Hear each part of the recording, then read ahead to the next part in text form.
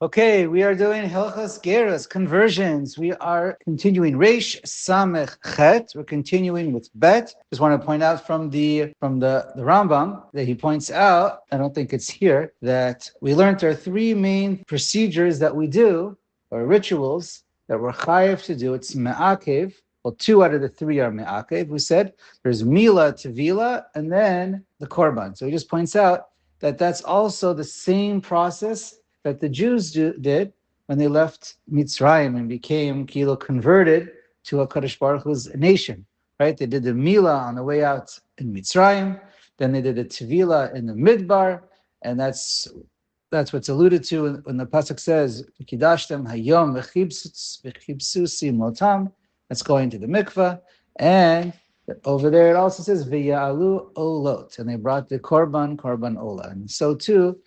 Ladorot is for future generations. That's the same process. We just finished Hilchos Vadim, so he mentions over there also. This is in Yisurei Bia Yud Gimel. That's where he has Hilchot Gerim, and he mentions that when a ger goes to the mikvah, it's a miktzat gerut, whatever that means. It's a partial conversion. In other words, he's a Jew. He's chayiv of mitzvos, like the level of a woman, though. All right, whatever that means exactly. That's an Eved Kanani. That's talking about not a ger, a regular ger, because it's a partial gerut. It really is. I would have said it's more like 4/5. I mean, miktzat could be anywhere in the spectrum of percentages. But anyways, let's go on to Aleph. Beis. Kesheba lihit gayer. Okay, so now the goy shows up at the door of the rabbi. He goes, Rabbi, I want to convert. So Omrim lo, we tell him, Mara'ita Shabbat Alit Gayer. What did you see? Why? Why do you want to convert? Yeta Yodea Sh'Yisrael Bizman Hazeh. Don't you know that Jews nowadays, and we certainly can see this, some of us can see it walking around outside, but we can all see it on the news, and we can see the missiles coming overhead. We see this. Nowadays we are dechufim, sechufim, perush avudim, sechufim man yidua nischaf avirayich, umetorafim v'yisurim ba'im aleim. So we see that the Jews are pursued. The anti-Semitism is open, it's blatant everywhere, and terrorists who try and murder you are praised around the world, openly. Anyway, so that's, and we see what we're going through. So we tell him that. It's in Birkei Yosef. I have it quoted in the bottom of mine, and he also quotes from Mesachet Gerim. And he points there, they also say V'kovrim, the same idea. He also adds the words V'kovrim, Banim, Ubnei Banim, and we have to unfortunately bury our own children. And that's what we have to deal with nowadays too. And a Jew has to be willing to die for the Mila and the Tevila and all the mitzvos. So that's part of pointing that out to him. So then, if he says, I know that, and I still want to be Jewish, because I know how great it is to be Jewish, connection to Kadosh Baruch Hu, your Kedusha, your Olam Haba, I want to be one of you. So then, we accept him right away. We don't stall him. Nowadays, obviously, it's a little bit different. We do stall. We want to make sure a little bit of a vetting process, educational process, and we want to make sure he's going to join a Jewish community and he's sincere and serious and it's going to work. We want to make sure, as we're going to keep seeing, we'll see in a moment a bit more about this. And we must tell him, the Beis Din must inform him basics, foundations of Judaism, of what it means to be a Jew. Yichud Hashem, that Hashem is one. Obviously, believe in Hashem. He's the Borei Olam, creator. Be'isser avoda avodah zarah, and we have to, and against avodah zarah. You can't have two gods. Can't have Christianity. You can't do any of these things. Ma'arichin imo bedavar zeh, and we do ma'arich. We do spend some time explaining this. Then umodin oto. Then we point out. Then we tell him. Mitzvos mitzvos. Akalos mitzvos chamuros. Let me give him a sampling of the mitzvos, the halachos. We give him some basic ones. He points out on the bottom, like lighting candles, or the Gra mentions Leket Shecha Peya. It's also from the Gemara there, but he says maybe the Shulchan Aruch left it out. It's not so common these days. And now, obviously, it's a little more common. Okay, so then, anyways, you give him a sampling of some mitzvahs that are a little bit easy, maybe a little bit fun, whatever. But then you have to give them some of the more difficult ones and with a more harsh punishment. Obviously, the three biggest, you're going to tell them kashrus. I'm saying for people, when they think about who's a Jew, what are the main, how do you decide if someone's from? So obviously there's going to be kashrus, taras, and mishpacha. All right, nida and Shabbos. Those are for sure going to be the three. Okay, and we have to also tell them the punishment that comes along with it. All right, it's not all easy or fun. We tell them, listen,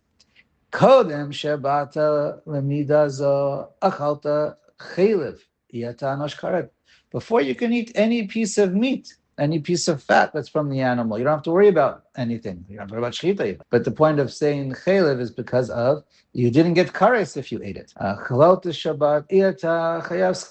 Up until now, you could be a machal Shabbos, do anything you want, and there's no death penalty. There's no skila for it. But nowadays, achalta chaylev, ata anosh karet. But if you do eat chaylev, you're going to get the punishment of karet. Chalal to Shabbos, if you're a machal Shabbos, ata chayav skila. You're going to get the death penalty of skila from Beis Din, or kares min hashamayim, or at least you deserve it, whatever it is. Ve'ein merabin Allah, but you don't overdo it. You don't tell him too much you don't give him all the details and all the punishments. Ve'ein medaktakin alav, every little detail. We'll talk maybe more about this later, about some details. But it's got to be balanced.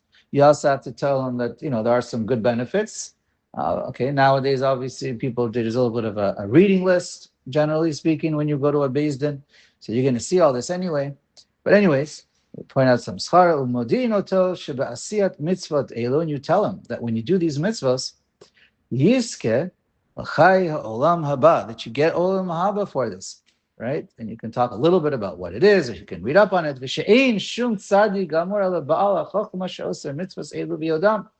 And the real tzaddik is someone who's a baal chachma, and he knows the mitzvos, he does them, fine. The omrim lo havei yodea she'olam haba einot tzafuna l'tzaddikim, and you tell, listen, the olam haba is really for just the tzaddikim, v'heim Yisrael, and that's primarily the Jews, or they certainly get a much higher, elevated place in Olam Haba. V'zeh shetira Yisrael b'tzar b'olam hazeh tovahi safuna lehem she'enam yacholim makabel rov tova b'olam hazeh. And he's saying, don't worry that nowadays when you see the Jews, actually Olam Hafuch, it's a little bit upside down. We see that the Jews have it worse. That's really, it's to save, to preserve us in a good way, and to save the reward for Olam Haba. Shama Yarum Libo V'yitu V'yasidu Schar Olam Haba. If life is too good for them here, then they'll abandon the Torah, they'll lose their Olam Haba. So we make it so it's not so fun and not so perfect, okay, and not so free. And Ve'ein HaKadosh Baruch Hu Mevi Aleim Rov Pa'aron. But Hashem doesn't overdo the punishments, at least most of the time, K'dei shelo yavedu, so that we don't disappear. Right? He wants us to still stay firm. If we go through too difficult times, as we know, some people they leave being from. Ela kol ha'umot kalim, but really all the other non-Jews they eventually die away. V'heim omdim marichim b'davar zeh k'dei lechabavam. And the Jews that we stay because He loves us. V'im kibel.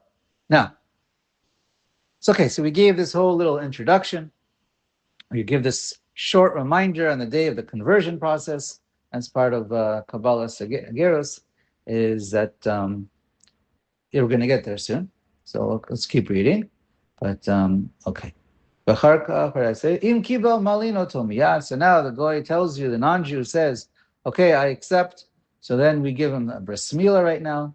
Umamtinin lo adshi yitrape refuah shlema. If you had a full bris, so now you're going to wait for the wound to heal. I'm not sure if it's for sanitary reasons, as we might say, but the Gemara says also just for the healing process. You don't want to go in the water; it's bad for the healing. So you let it heal. Fine. Once it heals, right? It doesn't have. This is not all done on the same day. You can have days in between, obviously. This is how it is. Yitrape refuah shalema v'achar kach madbilin oto tevila hogenet, and then you do a proper tevila. Right, the order is mila then tefillah, but there could be days in between, but it must be with all the halachas and hidurim that we learned in Hilchas Nida Chatzitza, it has to be without any barriers, stuck to the body that's preventing the water from going there. Right, it has to be a tevila, the entire body, all at once. Haga. And the Ramah mentions this custom, v'yesh omrim shegaleach sa'arotav, that we shave off all of his hair on his body, v'yito siparnei yadav v'raglav kodem tzvila. No one does this, as far as I know, but so anyways, you have to make sure, we have to just make sure there's no chatzitza on the entire body, including the head, and that's all that's needed. I believe we're going to cut the nails like normal women will generally cut the nails, but as far as I know, no one does any shaving. We just make sure there's absolutely no chatzitza. Even from the Shach doesn't sound like he's familiar with such a minhag. He does quote though, Shem Moshe Darshan B'Shem Rashi, that brings Rashi, that is brought by Rashi, that this is like the Levim when they got their conversion process to become from a regular Jew to the status of a Levi, the Kedusha of Levi. Also, we have it there. And he does quote, there is such a minhag by if a Jew becomes let's say Christian and then wants to become back to Jewish, there is such a custom. Ushlosha. Now, the Shulchan Aruch continues, you need 3 Haga, Talmidei Chachamim. You want to have not just 3 slouches, 3 hadyotos, just any 3 random people. You want them to be 3 Talmidei Chachamim, 3, in other words, a proper Beis Din. That's what it would translate nowadays. You have to get a recognized proper Beis Din. You don't just get 3 people on the side. No. So you have this Beis Din. Omdim al Gaba. So they stand over, they watch this person. Modin oto miktzas mitzvos kalos and miktzas mitzvos chamuros pam shniyah. So the first time was in the beginning of the process. Some Beis Din nowadays, like they take a full year, whatever their parameters are, to get them educated so they can, become a proper, join a community properly and stick with it. But anyways, in the Shulchan Aruch, we're talking about on the day, basically when they do the Milah. That's the first time. It doesn't have to be that same day, but anyways, that's the first time. Now he's all ready to go.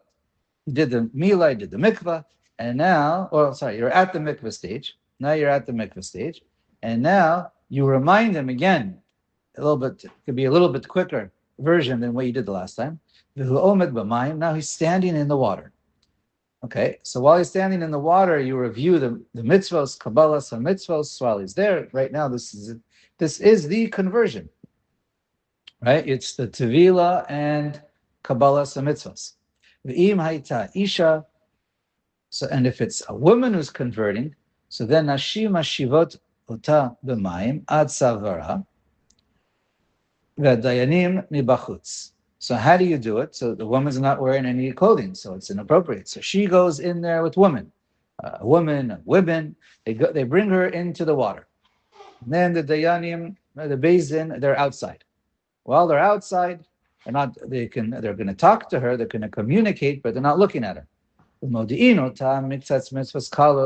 you remind her of a few of the easier mitzvahs. And the harder ones. And she's in the water, let's say up to her neck. Then they walk in and they look as she goes into the mikvah. Right from there, should be facing away from them. They would be looking at her back through the water, her head. And then as soon as she dips in the mikvah, they immediately walk out, and then V'yotzim, they leave the room, Kedei shelo yiru ota keshetaleh me'hamayim, so that they don't see her when she gets out. V'yavarech al hatvila achar sheyaleh min hamayim. So now, whether it's a man or a woman, after they get out, after the conversion is completely over, right? Once they dunk once into the water, now they're 100% converted. There's no way, there's no going back. And now they can say the bracha. You can't say the bracha al hatvila before because they're not Jewish.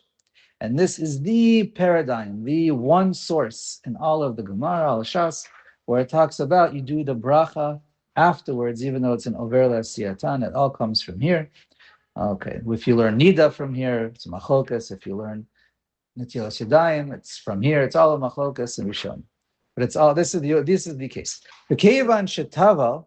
Now, once she goes into the mikvah, he's 100% Jewish. She'im chazar lesuro. A minute after he gets out of the mikvah, he says, you know what? What did I just do? I'm crazy. I'm going to go eat a hamburger. I'm going to go with my girlfriends I used to know, and whatever I want to do, I'm going to whatever. So then, Harehu ki Yisrael mumar. He's 100% Jewish. L'chol davar. She'im kidesh. And now if he gets married, Kiddushav Kiddushin, that woman is married to him 100%, and she's stuck. She can't marry anybody else. Okay. What's commonly done with women nowadays, I didn't do a full survey, but I do know that it's very common that I'm going to get to the concept of, we mentioned that you need 3. So because the pasuk calls regarding gerus, mishpat echad yeh lachem. It's a mishpat. And so a mishpat needs 3. Anytime you give a judgment, it needs 3. So in order to make a conversion happen, there must be the requirement of 3. I don't think we discussed it. I think we're about to get to it. Yeah, we're about to get to it, that it needs to have. That's the next save, that you need to have 3, and you need to have, we'll see, during the day, whatever.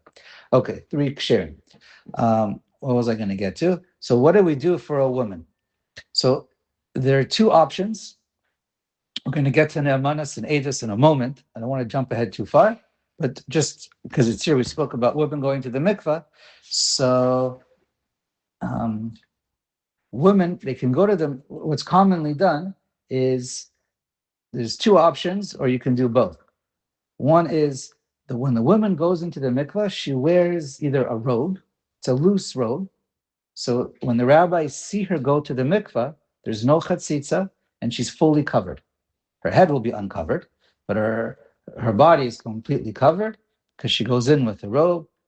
She'll go in, then the rabbis will walk in the room. And so when they see her, they'll see her head, they'll see her back, and she'll be completely clothed. But it's loose. Or they also make some kind of garment, cloak, whatever it is, where it's kind of like a poncho. There you go. It's like a poncho. So when she goes in the water, it floats to the top, but no one can see what's underneath. And so that's another type of way that it happens. And then they leave the room. They see her go in the water. Then they leave the room. And so the rabbis never saw anything inappropriate. And then what some will do is they'll have her go in again. Well, she's in the water already. She just takes off the robe or the poncho, whatever she's wearing.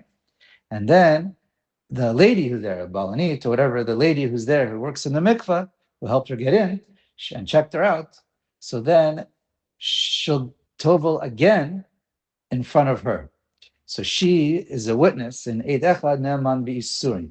We're going to get to Eidus and whatever, but we also, and since the rabbis did the Kabbalah Mitzvos with her there, so the question is, does that work by itself or not? So that's the whole question. But this way, you get all the chumras of her going to the mikvah with a chatzitza. All the chumras of no clothing, so there's no chatzitza. And okay, so those are the I've seen where they've done both. I'll just point out. You point out on the bottom from the Radbaz, in case it wasn't clear. And when we say there's an inyan there is such an inyan of a Jew who's an Arel, right? He didn't have a mikvah. If he wants to become, the concept of a mikvah. Well, I'll just say it. Anytime it's a Jew, he never needs to go to the mikvah. If there's a chumrah of a mumar and this and that, it's a chumrah. But he never needs to. And any time he wants to come back to mitzvos, you have someone who's was in shomer mitzvos. There is such a right. Someone went into Christianity, from a shumad. So there's an inyan to have him also go to the mikvah. But again, so as the post can point out, and it's also on Berek Habayit and others, you encourage him to go to the mikvah. You don't make it too difficult like we do by a ger. There's no purpose to scare him off. He is Jewish, so you want him. You don't scare him off at all. And the mikvah process that's done, it's just a custom, and that's only midrabanan, fine. But when we're talking about a proper conversion, it's 100% midaraisa, and he has to go. And if it's not, it's me'akev. And if it's a suffix, if they need to, any case of a conversion process from a non-Jew, it's a sveika daraisa lachumra, and it's an absolute must, and it's 100% me'akev. Okay, now one of the gemaras that the post can point out over here is there's a gemara. It's in a couple of places. One of them's in Kiddushin Ayin Amud Beis, where it says Kasha Gerim LiYisrael Kesapachat. So non-Jews are difficult for the Jewish people, like a nega, like a plague affects the people that it's attached to, that it's next to. So what is that referring to? So a couple of different mefarshim over there. It's also in Yevamos, the Shach brings it down. So that's why we're not quick to convert them. We want to make sure we weed them out, and if they're not sincere and they're not going to hold by it, we don't convert them. We do want to scare them a little bit. So that Gemara over there, the pshat of that Gemara is that converts are not good for us, right? So why not? So one of them is because they're not medaktakin. Many times we see converts, well, we see both. But let me just explain. What's the pshat? Because nowadays it's more of a difficult process to convert nowadays by most Batei Din. So therefore, many times you would end up with a non-Jew who convert, but they're not medaktik and mitzvahs. They have bad habits, they have bad taivas that they're used to, and they didn't go to yeshiva, they didn't learn all the mitzvahs, they didn't go through the Mishnah Berurah, they didn't learn the Kitzur Shulchan Aruch, so they're not aware of everything. So therefore, they do averos. Anyway, some of their habits might not be very good, and the issue is maybe it's a problem of arevas. That's the whole question. If there's arevas by a ger, we'll just leave that on the side. But we can get punished because of them. Another thing is we can learn from them. We can learn bad behavior from them. And then we deserve to get punished if we're influenced badly. Another reason why they're called kashim LiYisrael is because sometimes we don't treat them properly. We harass them, or we abuse them, we shame them, we embarrass them, and we don't treat them right. So therefore, we're prejudiced against them, a real racist, whatever it is, and therefore we violate the Isser Da'araisa of Lotonu, of that bad behavior. Also, another pshat of Kashim Gerim LiYisrael is because of them. So there's a Gemara in Pesachim. It's two different perushim. In Pesachim Peizayin, why is there galus? Why are Jews dispersed throughout the world? So one of them, the point is, Gerim is difficult for us because of them, we have to go into galus.